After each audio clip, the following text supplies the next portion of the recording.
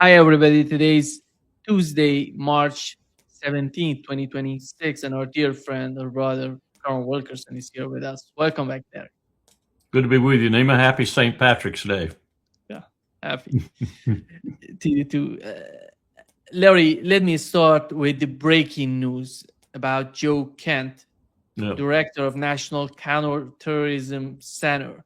He resigned in protest against the imposed war on Iran. And he said that I cannot, in good conscience, support the ongoing war in Iran.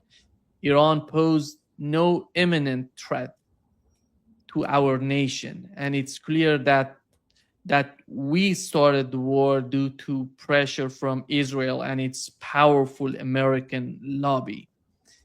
And we had Donald Trump responding and talking about what has happened and how he feels about the resignation of Joe Kent. Here is what he said. President, your director of national counterterrorism, Joe Kent, he just resigned today. He said he can't support your conflict with Iran. What's your reaction to that? And did you? Well, I read his statement. I always thought he was a nice guy, but I always thought he was weak on security, very weak on security. I didn't know him well, but I thought he seemed like a pretty nice guy. But when I read his statement, I realized that it's a good thing that he's out, because he said that Iran was not a threat. Iran was a threat. Every country realized what a threat Iran was. The question is whether or not they wanted to do something about it. And many people, many of the greatest military scholars are saying for years that presidents should have taken out Iran because they wanted a nuclear weapon. They were, if we didn't do the attack, or if, I'll go a step further, if I didn't terminate the Iran nuclear deal given to us, one of the worst deals ever made by Barack Hussein Obama. Remember when they sent Boeing 757s over there, loaded with cash? Yeah. Do you have the letter in front of you? Do you have Joe Kent's letter in front of you? Yeah. Read the about the third paragraph from the bottom. It's the one about his wife. Let me just find it here. Yeah, he's talking about his wife was lost in Syria. Yeah. And was killed in Syria. Yeah. And that's why he hates the war, and that's why he feels this way about the war, these endless wars in the Middle East. And you got to know Joe Kent before. Joe Kent was really a MAGA staple. He was a MAGA beast. And for him to do this, kind of like Charlie Kirk having his, epiphany about Israel, for him to do this is remarkable because he was an attack dog for MAGA. And that's why they put him in the position they did. And Trump's remarks there were just stupid. Everybody knows that Donald Trump and Joe Kent were pretty close. He wouldn't have made him head of the Counterterrorism Center if they weren't. So this turnaround and that expression of, pain caused by the loss of his wife tells me that Joe Kent had gotten, a real epiphany himself about what this war is all about and what Syria was all about, because that's what he's saying, really. And what everything Trump has done with regard to that region, and for that matter, with regard to Ukraine too, and Venezuela, and potentially Cuba, threatened on Greenland, is Donald Trump. That's Donald Trump. In other words, he's worse than any of the worst Western Roman Empire Caesars that we seem to think we know so much about, whether it be Caligula or Nero or any of the others that were more or less on the bottom of the heap. Trump is worse. And that's what Joe Kent is saying. Charlie Kirk said it about the connection with Israel. Now Joe Kent has said it about Donald Trump. Do you expect Tulsi Gabbard doing something? I would think that we were talking about that this morning.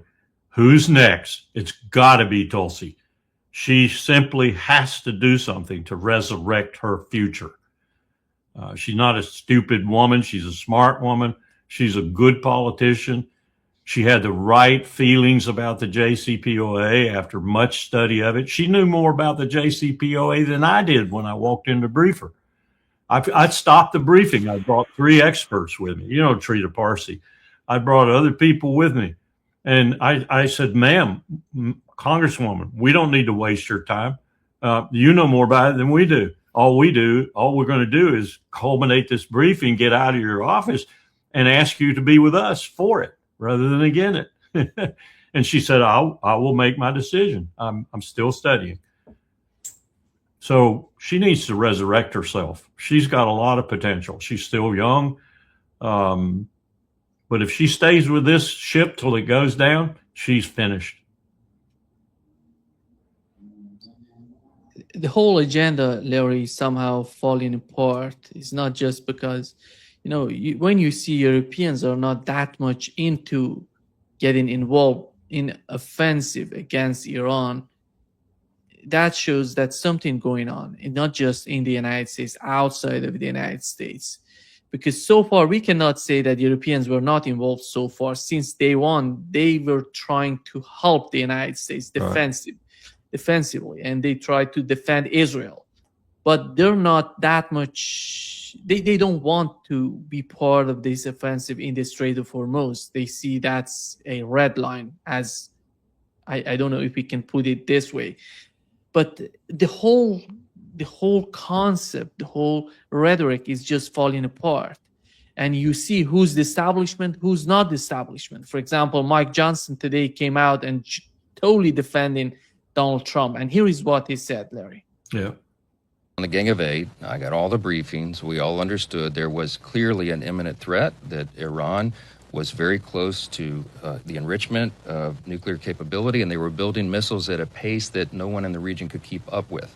They were far outpacing our allies and friends and us in our defense capability, because we had personnel, installations, members of the armed services, and civilians in the region. Iran was building up ballistic missiles at such a rapid pace, and we knew that their plan was to fire them upon Americans. The commander-in-chief and his administration had a very difficult decision to make. I don't know where Joe Kent is getting his information, but he wasn't in those briefings, clearly, because the Secretary of State, the Secretary of War, and everyone, the Joint Chiefs of Staff, General Kane, they had exquisite intelligence, and we understood that this was a serious moment for us. Had the president waited, I am personally convinced that we would have mass casualties of Americans, service members and others, and our installations would have been dramatically damaged. And so the president felt that he had to strike first to prevent those mass casualties. That's the summary. I can't tell you the classified part, but that's the summary that's made public, and it's accurate. Yeah, Manu. Let me just tell you what he didn't say. This is what Johnson would have said had he been honest and free with his words. Maybe at the beginning, maybe in the middle, maybe at the end. And we are on God's side. We are on Jesus Christ's side. And we are going to triumph, because it is time for Jesus to come back down. It is time for Armageddon. It is time for the end times. That's what Mike Johnson would have said if he didn't think it would be at that point politically bad to say that from the speaker's rostrum, because that's Mike Johnson. You know what? Otherwise, it was mostly lies. There wasn't consensus.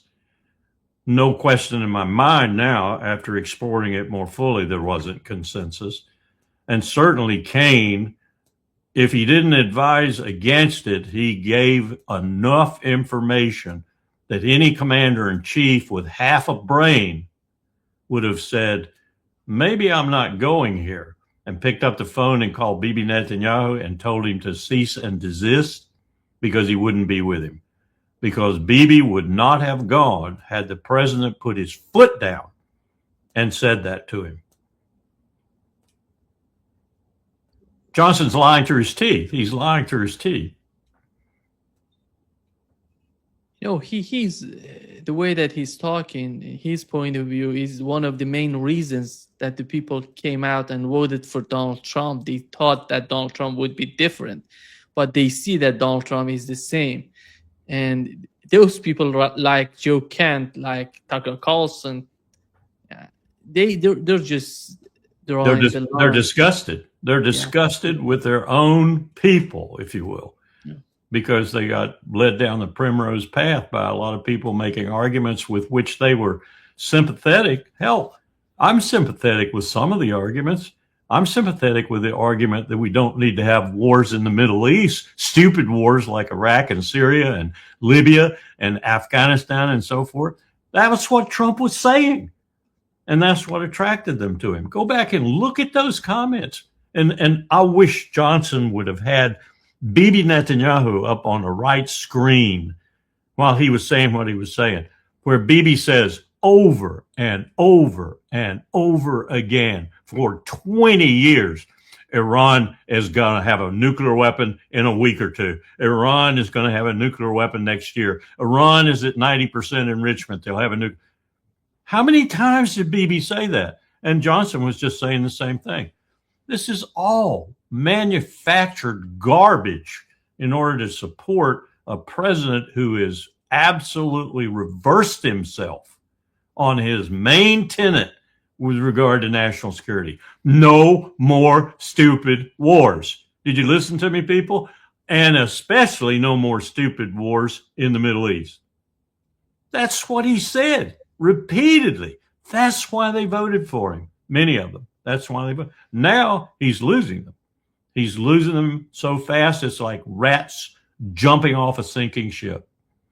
And Johnson is going to stay there till the ship goes down, because Johnson believes it's the end times. He believes God is directing this war.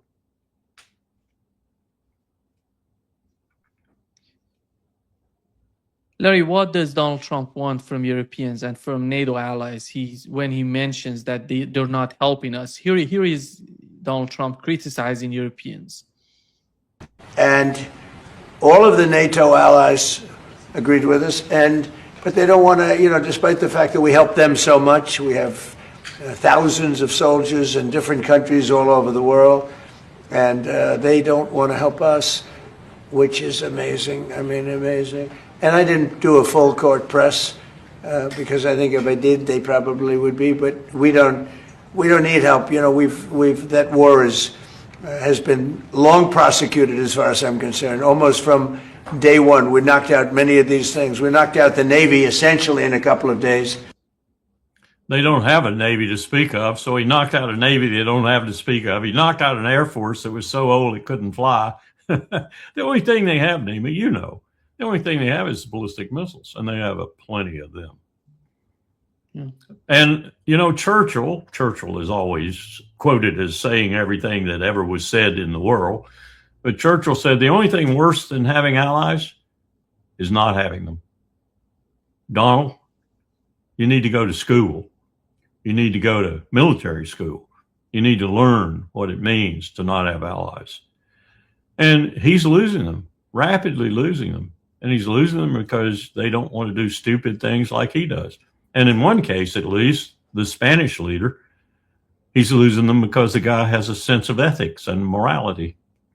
And oh, by the way, did you know 2 more countries joined the case against Israel in the court? 2 more countries. I think before we're through with this, we're going to have anywhere from 30 to 40 countries signing up to South Africa's application to the court for prosecuting Bibi Netanyahu.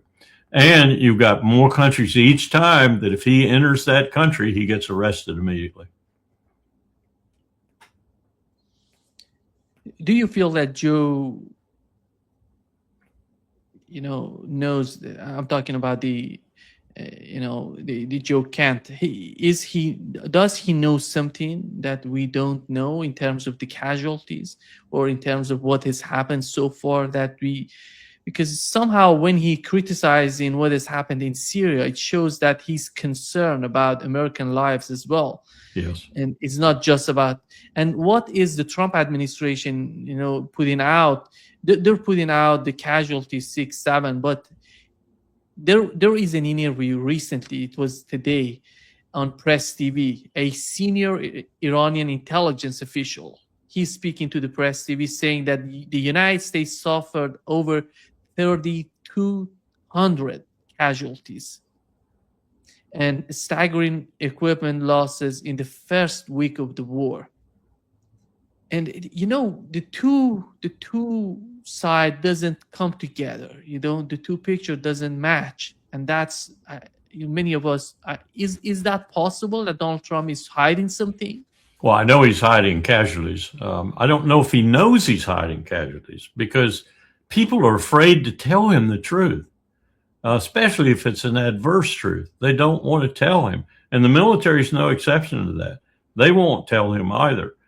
And let's just back up a minute and say, no matter where you look in America's history, even go all the way back to George Washington and the Revolutionary War, less so there because Washington was probably one of the most upright military commanders we've ever had, and ethical too.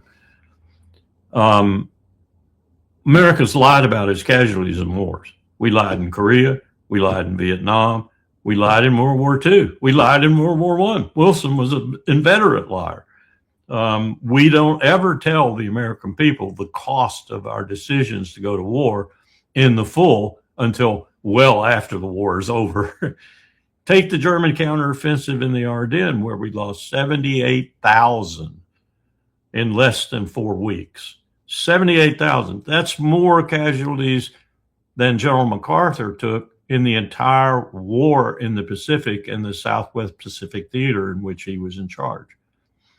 So, and we didn't tell anybody. We didn't tell the American people. It didn't flow back immediately. So, yeah, there's lying going on, but I don't know if Trump is doing it himself intentionally or he's just not very well informed. I don't know what the total count is, but I know it's well over 100. I don't know that Iran's figures are anywhere near accurate either. There's just no way to verify it because there's such a lockdown on real information, starting with the master locker down, Bibi Netanyahu. For example, I think the casualties in Israel are fairly large, but he's not reporting anything. And the newspapers, even Haaretz, reporting something like, an Israeli was killed today walking across the street, or an Israeli was wounded, but he wasn't wounded badly. She wasn't wounded badly, whatever. A schoolgirl was hit with a flying piece of fragment off a drone that Iron Dome had shot down. That's the way they couch their casualties. But I know they have more casualties than that. I know that, for example, 25 to 30% of the 90+ thousand call up of the reserves went AWOL, didn't get called up because they didn't want to go to Lebanon. So lies are just throughout this thing, and they've been there from the start. We lied about the diplomacy. We've lied about the war. We've lied about the casualties. We're lying about Iran's capacity to withstand us. Just the president saying we destroyed their Navy. Okay. What Navy? What boats did you destroyed a few little boats? Little boats? Yeah, you destroyed a few little boats. Okay. You torpedoed one against international law. It was in international waters coming back from an exercise with India, and you torpedoed it. Oh, that was another war crime to go up to our credit. I don't know how to parse this administration with regard to truth. They do not tell the truth. They have made a living on lying. So it's extremely difficult to say what's happening. We know, for example, that the hospital in Landstuhl, Germany, because we have people there, we know that the hospital has, and the press has even carried some of this, it's told pregnant women to go away. It's told civilians in general to go away. It normally serves the community there. It has a really fairly substantial throughput capacity for the central part of Europe in order to send casualties back to America or wherever they need to go for treatment. We know that they've shut down civilian care, and we know that casualties are coming into Landstuhl, but we don't know how many yet, and we don't have someone standing there counting them coming in, but we know they're coming in. And we know, for example, that Iran very carefully, painstakingly even, took out 4 to 5 of the most important radars in ancillary countries. And when they took out those radars, they created casualties. These are in some $200 to $300 million radars. One of them, as I understand it, was $500 million, $500 million. They took them all out with drones and missiles, and blinded us in that capacity for that time. And they, as I said, there were casualties at each of those sites when they took them out. We know that the embassy in Baghdad has been hit inside the green zone, but we don't know the casualties. Rubio's hiding that. So, how will you ever know what the real casualty count is? But we do know that significant casualties have already been taken, both civilian and military. Lindsey Graham says that Europe's refusal to provide the United States with assistance in the war with Iran will have broad and deep consequences because Donald Trump is angrier than ever. What, Larry, let me ask, because you didn't have the time to answer the question with that clip. What do they want from Europe? What is Europe capable of that the United States cannot do it in the Strait of Hormuz, for example? Well, I don't think the United States can do it in the Strait of Hormuz. I really don't. So what they're looking for is first of all, the military is looking for is the kind of help we anticipated that interoperability with NATO forces would provide. And a case in point, we don't have a real fleet of minesweepers. We have some ships that have been called minesweepers because they were in the LCS class, the one Lockheed sent off the waves one day, the first one they built and it broke in half. So this is a really lousy class of ships, if you will, in most sailors' eyes. But we converted them. We didn't want to fess up that we spent hundreds of millions of dollars on ships that didn't work and had no utility. So we converted them into minesweepers in some cases. Now, it's a real problem. Some of them have a metallic hull rather than a laminated plastic hull. So they're not very good as minesweepers. They detect mines. They attract mines if they have metal hulls. All to say that we depend on other countries in NATO who do have minesweepers, who practice it all the time and are very good at it. And that was supposed to be a part of the alliance. If we went to war under Article 5, if we went to war, they would provide the minesweeping. Same with other specialty areas. That's what we're looking for. We're looking for those specialty areas that NATO countries have in excess of what we have, especially minesweeping, to come to the Gulf and help us.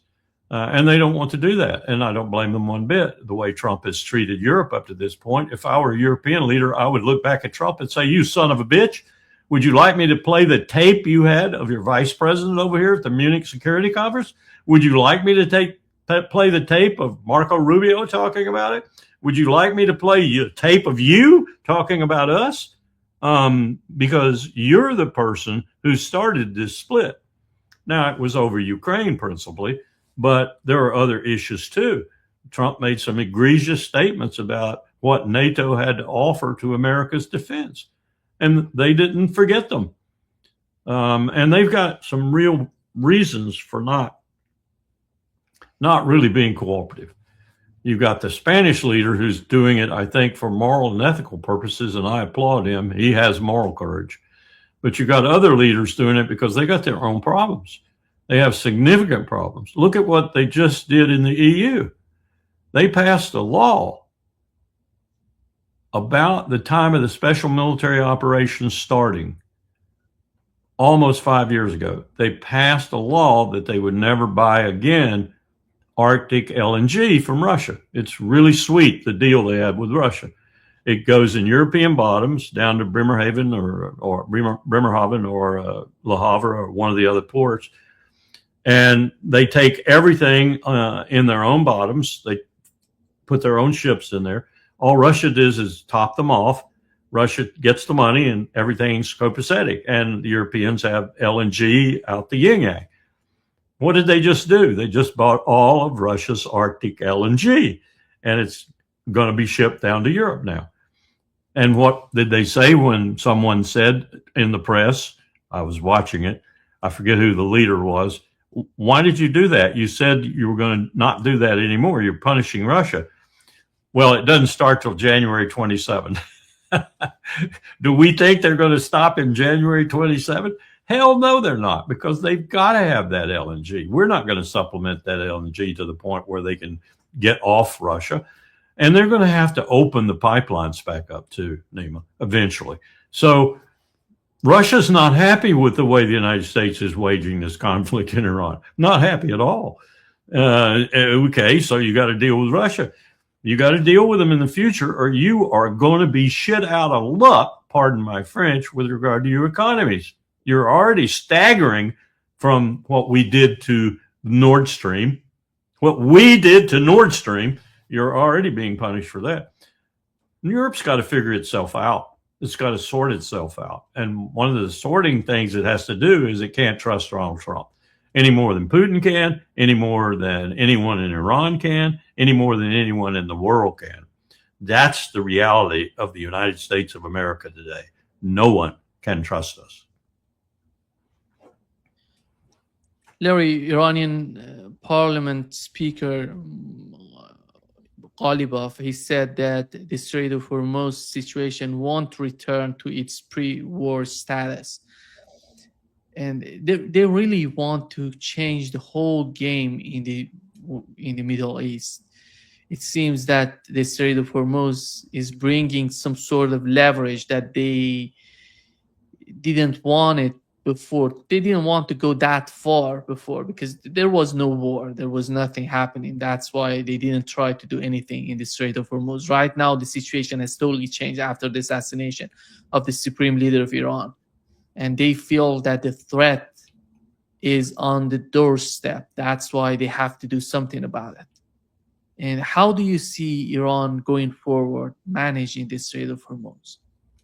I've been here and done that. I was one of the planners out at U.S. Pacific Command when we implemented Operation Earnest Will, where we reflagged Kuwaiti tankers and escorted them through this very water, including the very narrow and the North Channel and the South Channel of the very passageway which big tankers go through is only a couple of miles wide, north and south. The north route, as I recall, is very close to the Iranian shore. The south route is further, but it's still interdictable. And we had a significant problem then. And then we had our allies throwing in their efforts, and we had a fairly substantial capability to sweep for mines ourselves, especially helicopter-dragged nets and such. That was extremely difficult. Bridgerton was the name of the MV, big MV, motor vehicle, civilian ship, that hit a mine immediately. The skipper was really angry with us because he did a mine. And all of a sudden, everything changed in the world in terms of insurers and shippers. No one wanted to ship. No one wanted to insure. Rates went off the chart. We persevered. Samuel B. Roberts, a U.S. Navy warship, hit a mine, almost sunk her. She had to limp back to Norfolk, as I recall. She had to go at 4 knots across the Atlantic. We had another ship hit by Saddam Hussein, who fired Exocet missiles at it and hit it. And then, of course, we had the incident that caused Khomeini to say, I'm throwing my towel in. I can fight Iraq. I can beat Iraq, but I can't fight Iraq backed by the United States. And that was occasion when Vincennes, a new Aegis cruiser, shot down an Iranian Airbus and killed 299 Iranian civilians. That's when Khomeini said that and threw in the towel and accepted the UN resolution that stopped that 8-year brutal war. Very different today. Difficult then, very difficult then. Cost us what I just described. We wound up sinking an Iranian destroyer, and we were going to put a bomb down the second destroyer stack, and Ronald Reagan, the president at the time, called us off because he thought we'd done enough damage. In that particular instance, we succeeded in making the strait safe for ships to go through, but it cost us, and Iran did not have anywhere near the capability it does today. And that capability is not their Navy. It's not their Air Force. It's their ballistic missiles and drones. And they can make havoc with that little narrow strip of water. They can make havoc with the entire Persian Gulf if they want to, including the Forbidden Isle, as the Iranians sometimes call it, Karg or Kark up there, about 1/3 the size of Manhattan. And a place, you probably know this, but this has been there for a long time. Saddam Hussein tried to attack it. UAE tried to attack it. They were unsuccessful. You can put 10 tankers in there at the same time, refuel them all at the same time. It's a wonderful facility for the Iranians. The water is very deep there, which it isn't throughout the rest of the Persian Gulf. So that's a prime facility. If we try to take that with Marines or whatever, which is what I'm hearing, they were going to land Marines on there and try to take it. I pity those Marines. I pity that whole complex there, because it'll be probably destroyed in many ways, which has been impossible for so long with so many antagonists. We're going to come down and destroy it. You know, the poet, I forget his name now. I forget it, but he calls it something like the orphan pearl of the Gulf in Persian. I think it translates that way. And it is an extraordinary place when you think about the rest of the Gulf and Iran's capacity to move oil and such. And for that matter, other peoples like India and China who receive that oil. That all stops. West Texas Intermediate goes to $200. It's already over $100, I'm told. Brent crude does the same thing, and we have shippers who want ship. We have insurers that want insure, and we're back at the Arab arms oil embargo. You may recall from way back there. You were pretty young then. I couldn't even drive from Fort Monroe, Virginia to Washington, D.C. because there was no fuel, no gas. We're back to that on an extended basis if we're not careful. And Trump has already depleted the strategic petroleum reserve.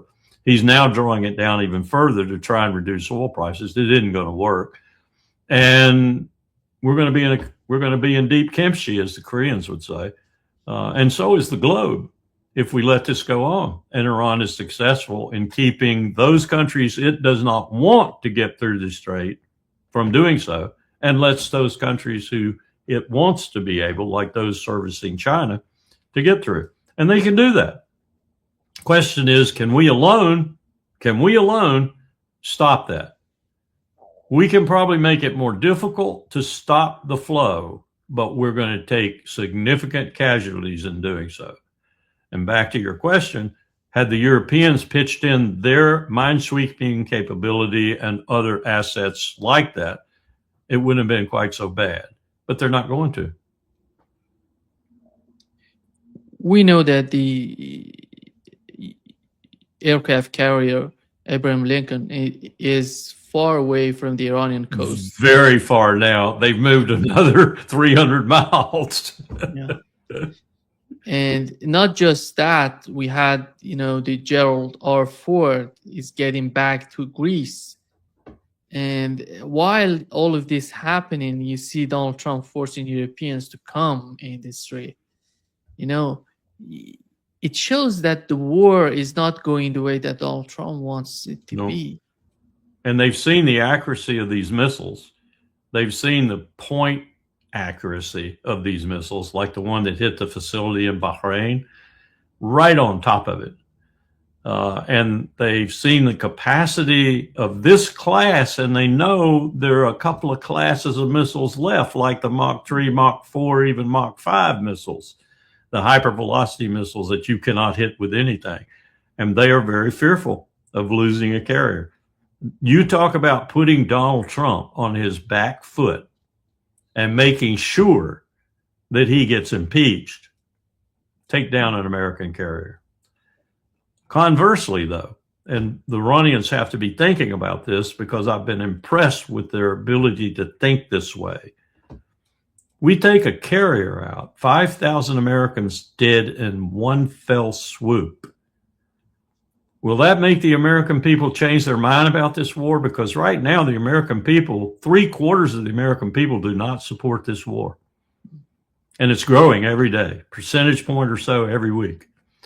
That might swing the American people in a different direction. So I would be very, very careful about doing that too if I were Iran. But can they do it? You bet.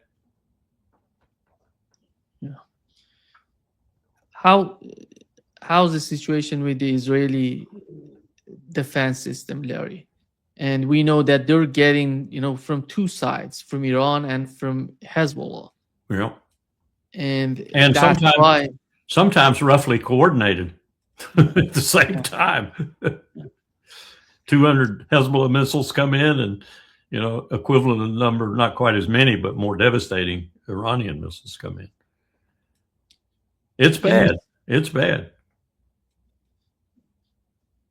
And you see in the mainstream, in the Israeli media, they're mostly talking about, so what is the outcome of this war? What is the benefit of the continuation of this war? And they're asking this question, which wasn't the case before. Right. They weren't dying. They weren't bleeding. They weren't scared to death. I mean, they're living their lives in underground shelters.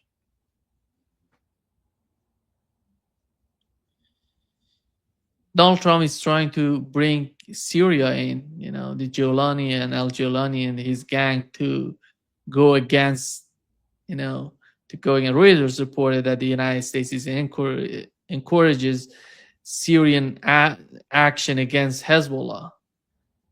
Damascus is hesitant, but you bet. You bet. They've seen what happens to the Kurds when they throw their lot in with the empire. The idea that someone like Jolani, or the Kurds for that matter, any one of the groups of Kurds, would throw in now, given the fact that they're going to have Iran in front of them and Erdogan behind them, I don't think so. I don't think so.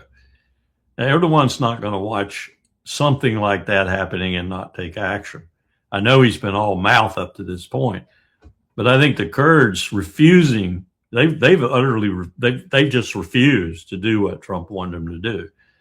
And I can only sympathize and empathize with them, because they would have had the Iranians in front of them with those new attack helicopters that the Russians sent them, and they would have had Erdogan behind them. Erdogan would love to have an opportunity to crush the Kurds in any of their components. Syrian Kurds, Iranian Kurds, or Iraqi Kurds, although he gets along pretty well with Suleimania and Kirkuk and Mosul and places like that now, because they have a pretty good deal with oil and everything else. And so Turkey doesn't mind the Kurds in northern Iraq much, nor do the Kurds apparently mind Turkey much anymore. And Turkey used to send soldiers into that region periodically, all during the year, and kill people or capture people and take them back and torture them. And the Kurds sort of did the same thing back to Turkey across the border there. But they've been pretty peaceful because they're both more or less content with the relationship they have now. But not true with the Iranian and the Syrian Kurds. It's a different ballgame. The reality of these Syrian, the so-called HTS, the so-called Syrian president, he's the head of HTS. We know that. And what is important, I think, for us to take into account is that these guys didn't fight the government, didn't fight the army, because the army collapsed. Without fighting, they captured Damascus. I don't know how capable are they to fight on the ground against Hezbollah, because Hezbollah fighters, we know them, they have been training and fighting for such a long time. And these people, we don't know that much about the history or the training system of these people in Damascus. Right. I agree with you. They're an unknown factor in that regard, in that specific regard. Otherwise, I think they're pretty well known. They're Al-Qaeda, ISIS, and other types. And one wonders if they really have had an epiphany and changed their mind, which leads me to say that you might get a development you really rue the day in creating if you pitched them as Hezbollah in the flank, as it were, while Israel was taking them on in the front, and all of a sudden they decided to join Hezbollah against you. Because that, to me, would be a very logical development. Very logical. I mean, after all, it's Muslims on one side and Jews on the other. And though there are modus vivendi that have developed in that regard, they don't necessarily stand up when you're killing Muslims in front of them. I don't care, Shia, Sunni, whatever. I mean, the death of Ali Khamenei has more or less demonstrated you can get unity in the Islamic world across sects if you do something as heinous as that. Donald Trump feels that he can put an end to the conflict as soon as he decides to do. And it's not the case when it comes to the Iranian government. They say that they feel that they have the leverage with the Strait of Hormuz, with the war, with the continuation of the war. And here is what Donald Trump said about his time frame, to open up the Strait of Hormuz. President, for when cargo ships can safely go through the Strait of Hormuz? It won't be, I don't believe, too long. We're knocking the hell out of the coast. It's basically the coast and the water, and it won't be too long. And the Middle Eastern states, including Israel, by the way, who has been terrific, the Middle Eastern states have been helping us a lot. Yeah. That last statement was a lie. They are not helping us a lot. There are one or two of them, like that vassal quisling Jordan, that are, helping us. But even there, I'm told, I don't know this for a fact, but I'm told, fairly reliable source, that the blow against the radar in Jordan was pretty significant and impressed a lot of people. Depressed them, maybe, is a better word. So they're thinking twice and thrice about doing anything. I don't think they've hit anything in Egypt yet. At least I haven't heard anything. And Egypt's kind of keeping its powder dry. But that was a lie. And then the other aspect of what he conveyed there is that we're in control, we're devastating Iran, and it won't be very long before the straits open and everything will be flowing. Is just bullshit. Trump bullshit. Now, whether he's making it up out of whole cloth, which he has a want to do, or he's being advised that way, is undeterminable by me, at least at this point. I can't imagine anyone with any competence is telling him he ought to be saying that. So I have to believe he's doing what Trump normally does. He's pulling it out of his rear end. Larry, what's dangerous about Donald Trump is that somehow when you listen to him, it seems that the guy is totally disconnected with the reality. And he's trying to making things up, I don't know, he's receiving false information. And when it comes to the AI, he says all these people on streets in Iran are AI. They have produced AI pictures. Yeah. You have to be totally, disconnected with reality to argue that. He is very reminiscent in general, not specifics, but general, of Biden towards the end of his last year, almost as if he's demented. Now, he has moments like in these press conferences where he's a little bit more in control of himself, both physically, his body, and his mouth, than he is other times. I've seen him going to the plane and making comments, coming from the plane or the helicopter and making comments where I wonder if somebody needs to grab him, because he's going to collapse. He's going to fall over and die right there on the tarmac or on the grass, because he looks so disheveled and so uncontrolled and not really physically fit at all. I don't know how they get him pumped up for these things like these press conferences where he seems to be able to handle himself, although sometimes there, as you've probably noticed, he looks like he's, a baby or puking in his own lap. I'm told you don't want to be standing too close to him because it's putrid around him. I don't say that, in a way to personally deride him. I'm just saying that I'm not sure he's in control of all his facilities all the time, especially his mental facilities. But when he does gear it up, like for a press conference or something like that, or he's meeting somebody important, he can utter things that are still utterly ridiculous. And it's just part of his modus operandi. That's who he is. He's a grifter. He lies for a living. He cheats for a living. He's deceitful for a living. That's what he is. It takes me back to all those times I went to New York between his first campaign and this presidency. And I'd ride in taxis. You always find out about people from taxi drivers. And in New York, it's especially that way because New York has a lot of foreigners driving taxis foreigners looking for their citizenship or a green card or something, yes, but not like Washington, D.C. I have never ridden in a taxi in Washington, D.C. that wasn't driven by a Somali, a Pakistani, an Indian, or some other group. And lots of times they have PhDs in their own country and they can talk to you endlessly.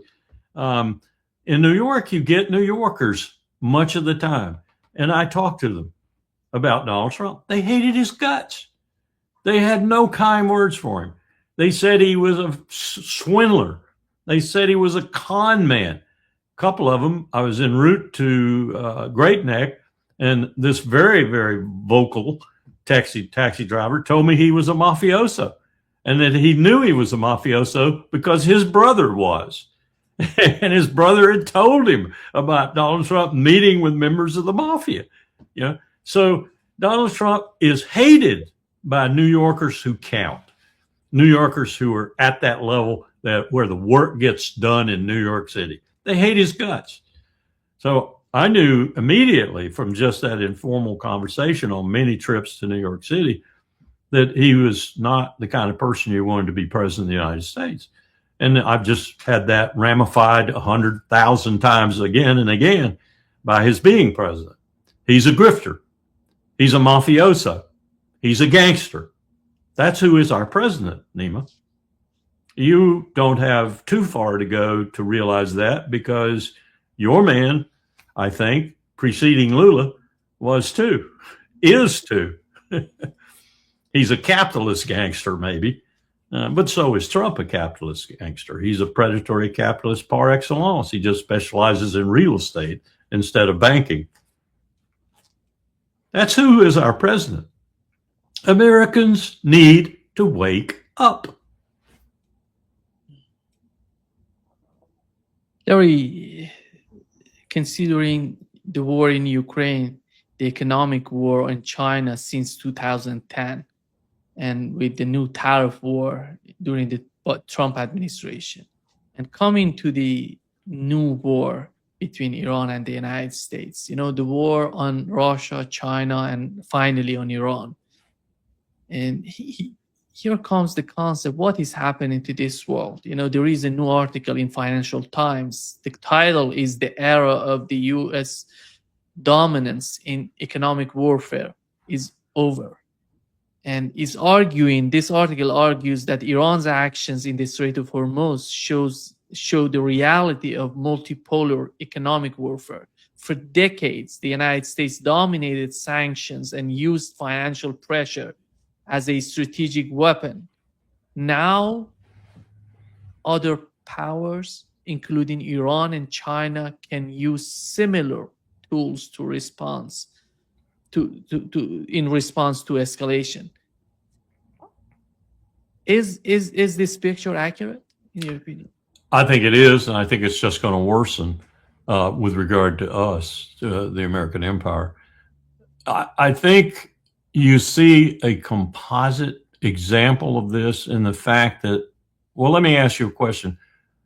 If you were saying, what is the most important country in the world today from an economic and a security perspective to the empire, what country would you name? I would say just one. Just one. It would be Russia. Okay, I'd say China. All right, I'd say China because China is the one becoming a replacement for us. All to say, whom did he just postpone or even cancel a meeting with? The leader of that country. And why? The reason is he's at war. That's what he said. Does that tell you something? You're at war with a country that presents no threat to the United States of America at all. And you're, because of that war, canceling a meeting with the man who means everything to the security of America. You don't need to say anything other than that. It's ridiculous. It's an evaluation of the situation in the world that makes you want to puke. It means our president has no idea what is going on.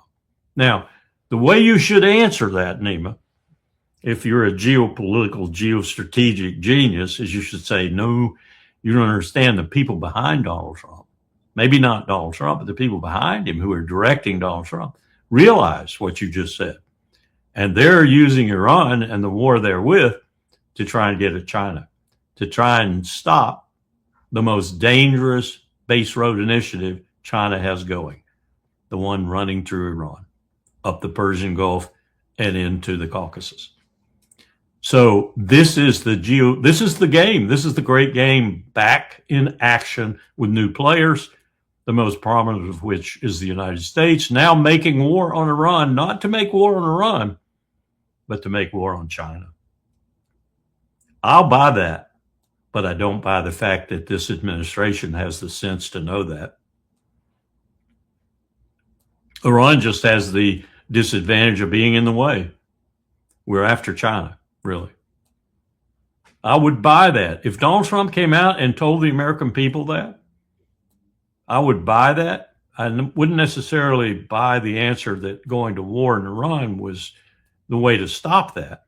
But I do understand the geostrategic purpose of taking on China if you believe they are antagonistic to your interests to the point you can't deal with them. See, there's where I differ.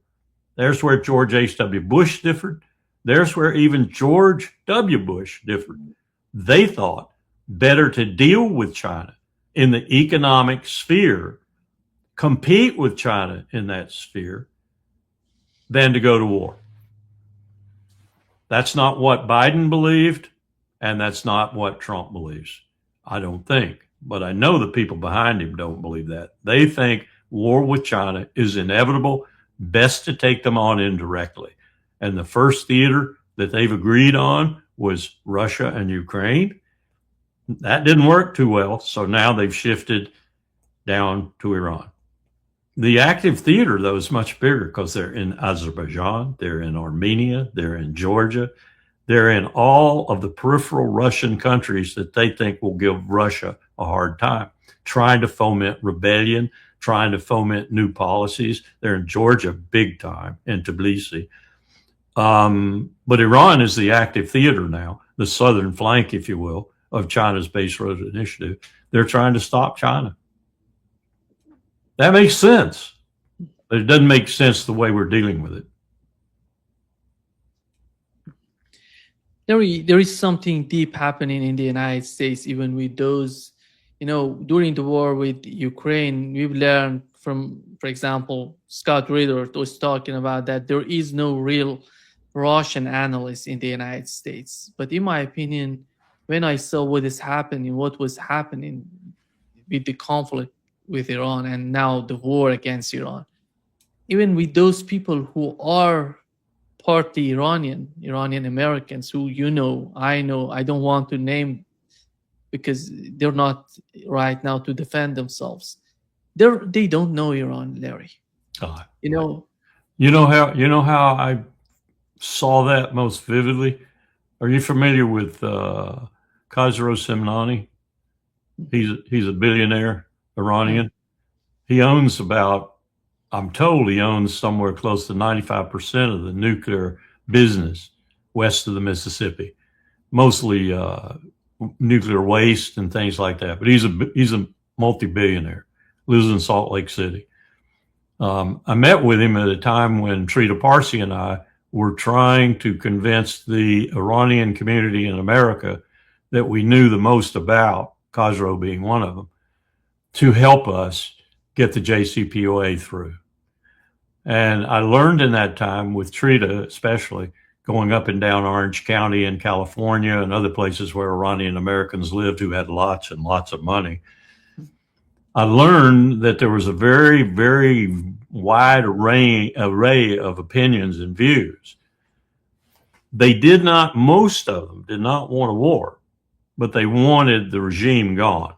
And they were willing to do just about anything short of war to get rid of the regime, to include some of them backing the Mujahideen Khalq, the MEK, to include also backing other dissident Iranian groups with money and so forth.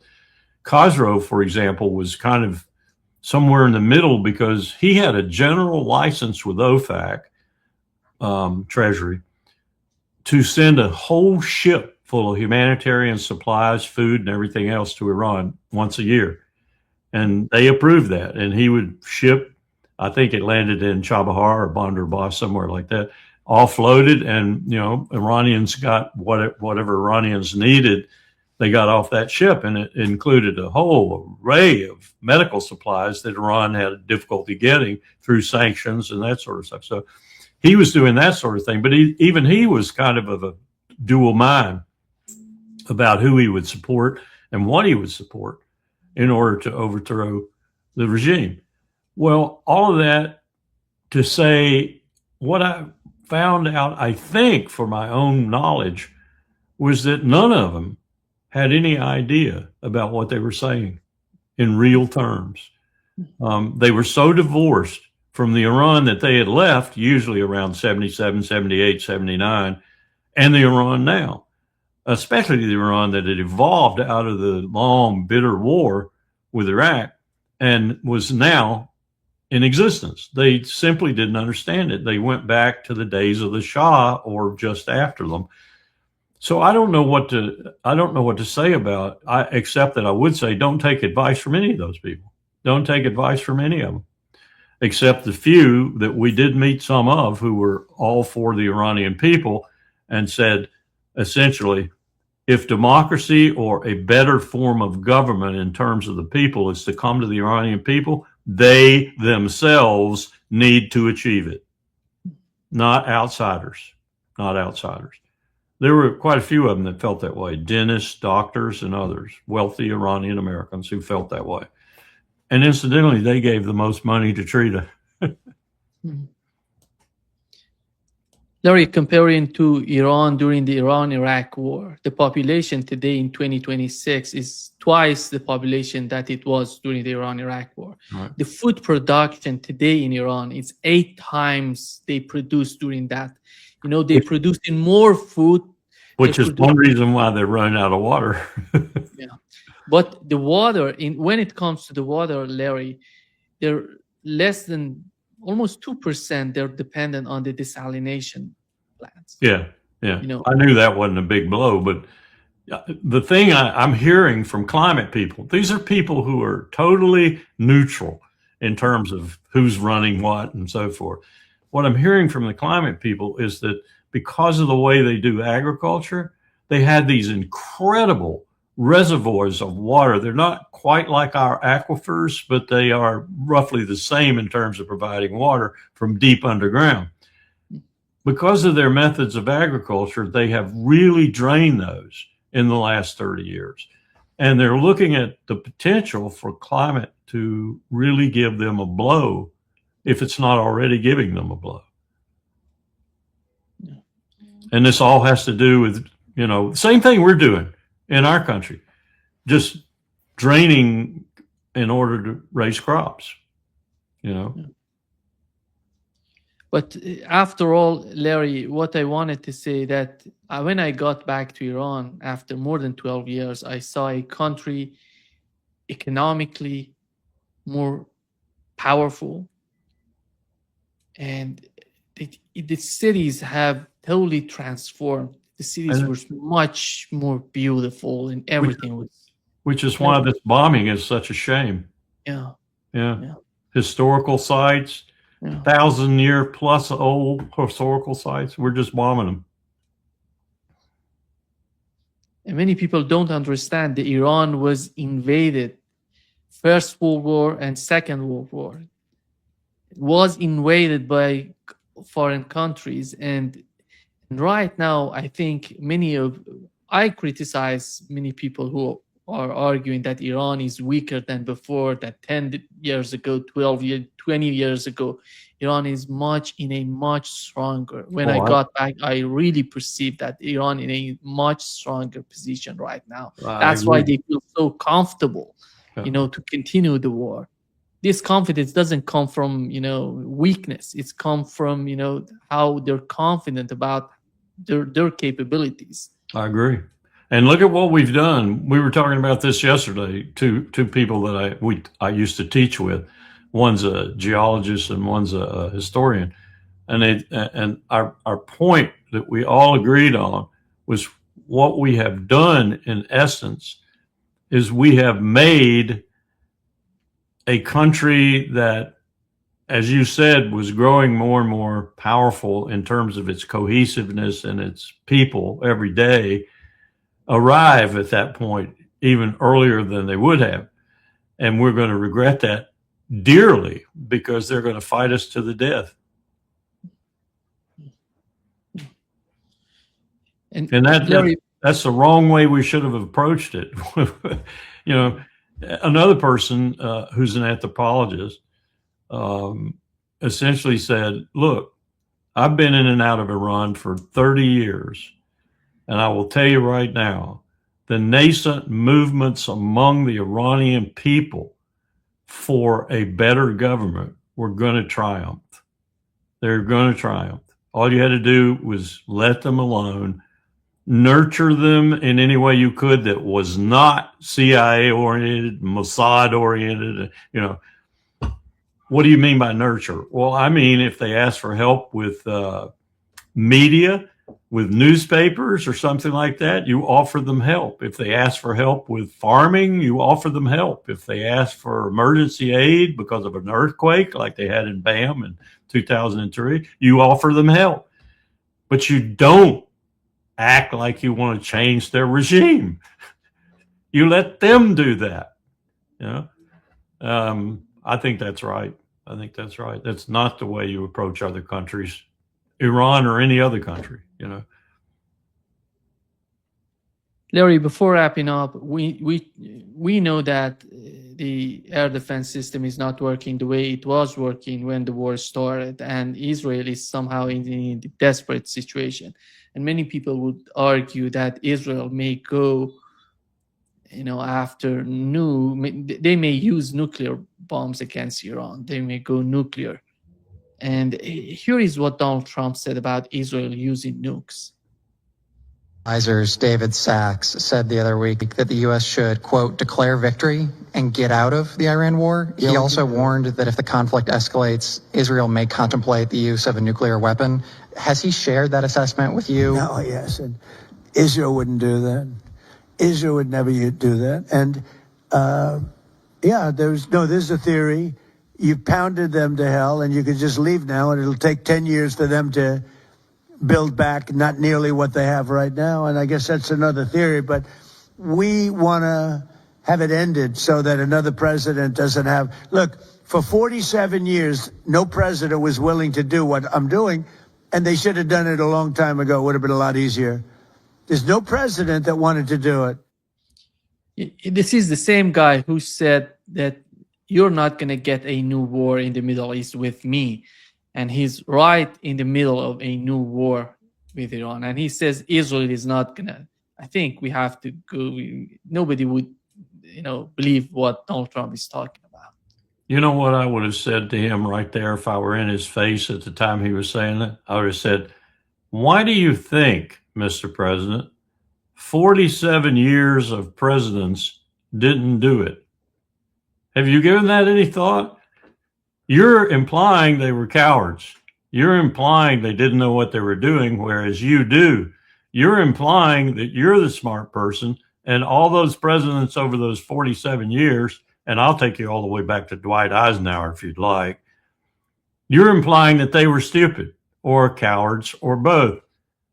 You want me to believe that you now are smart in what you're doing? Tell me, why do you think they didn't do it? He'd be speechless. No, he'd make up a bunch of lies. But that's how stupid what he just said is. Now, you could say, as you were just implying, you were smarter, Mr. President, when you were running for president because you said this. And let me quote you. And you could quote him 20 or 30 times. No more wars in the Middle East. No more this, no more that in the Middle East. How'd you change your mind, Mr. President? Why'd you change your mind? May I suggest the reason you changed your mind was the persuasiveness of that little shithead known as Bibi Netanyahu? because he had so much money in your coffers and because he knows lots about you because of Epstein. Now, the guy can't even lie well anymore. I mean, he never could lie really well at all, but he's just egregiously that way now. It's almost painful to hear him. Laurie, have you ever thought about Israel using nuclear bombs against Iran, and what would be the reaction? What would be the outcome of that for Israel? I think we've got a wholly new scenario now, Nima, actually. Some of us have been giving some really heavy thought to this. One bomb would not really do a lot. So if you were militarily advising Netanyahu, and he has some military advisors like this, you would say multiple weapons. You wouldn't just use one.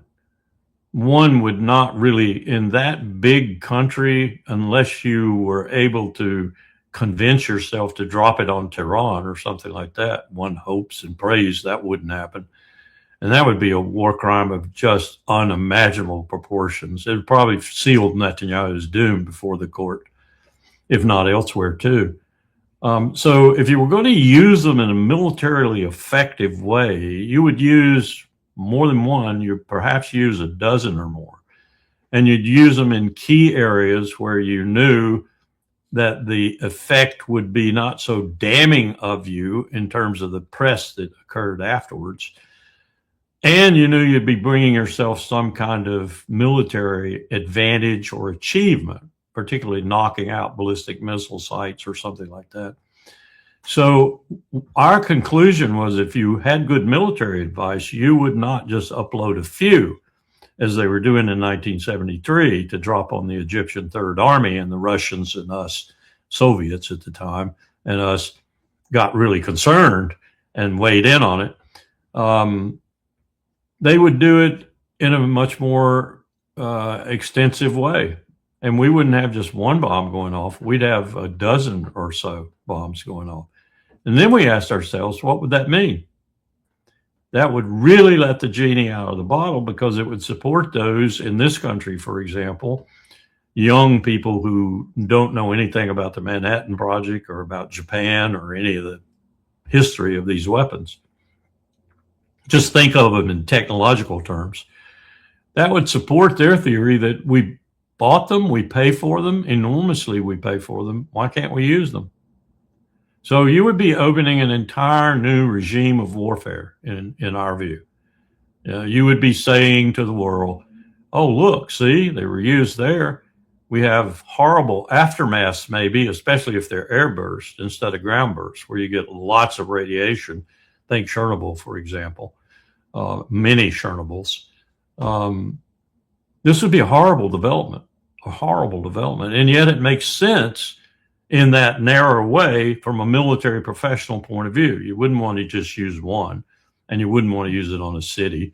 You'd want to use them effectively in military terms, and you'd want to use lots of them. This is a horrible development to have happen. But I don't put it past Bibi. I don't put it past Bibi at all, especially if he thinks things are getting so dire that he has to deliver a hammer blow in order to change the correlation of forces, change the whole appearance of victory or defeat. I think I told you how Haaretz had that headline, right? The headline said, all Iran has to do is not lose to win. Iran and the United States have to achieve a Trumpian victory to win. You know, they got to achieve that kind of victory to win. So this is a bad situation. I think, Larry, from what I have perceived from Iranian officials, they're considering that scenario as well. And they said that they know how to respond. I don't know what would be that response. I don't know what do they have in their, army, in their, arsenal. That fifth class of missiles. Yeah, that last class of missiles, the ones that go at Mach 3 or Mach 4. And how Israel would survive that sort of attack. That could be, and Demona, if they attack Demona, so it's not just about, it's totally, the case is somehow so complicated if they go that far against Iran. Nima, I wouldn't be surprised at all that Israel hasn't dispersed its nuclear arsenal and not told anybody, not us or anybody else. Probably a very narrow group of Israelis that know they've done it. But all you would need would be a bomb shelter or two here and there, and just, cordon them off, put signs up, do not enter, forbidden zone, whatever, which Israelis are really good at, and then put the bombs there, or put the missiles, whatever. I think they have actually crafted a cruise type missile that they can fire from their submarines. Netanyahu has as much as admitted that on occasion in sort of cavalier remarks, that he can also send them from his submarines. So I think that's probably true, that they have developed a capability to do that. I don't think it's true ballistic missile like we have, the Tridents or whatever. I think it's, you got to surface the submarine and fire it off the submarine's platform. Kind of like a Tomahawk with a nuclear warhead. Because all Iran needs to do is just hit Haifa and Tel Aviv. And, these are doing a pretty good job of it right now. I mean, the scenes I've seen are pretty horrific. They hit their oil facilities in Haifa. I don't even know that they're functional.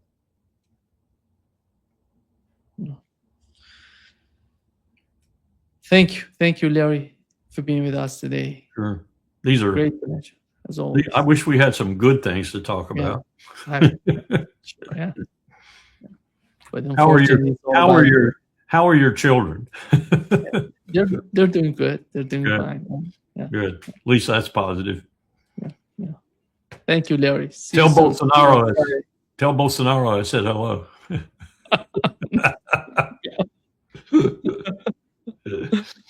See you on Friday, Larry. Yeah, take care. Larry and me, right? Yeah, exactly. Yeah. See you then. See you. Bye-bye. Bye-bye.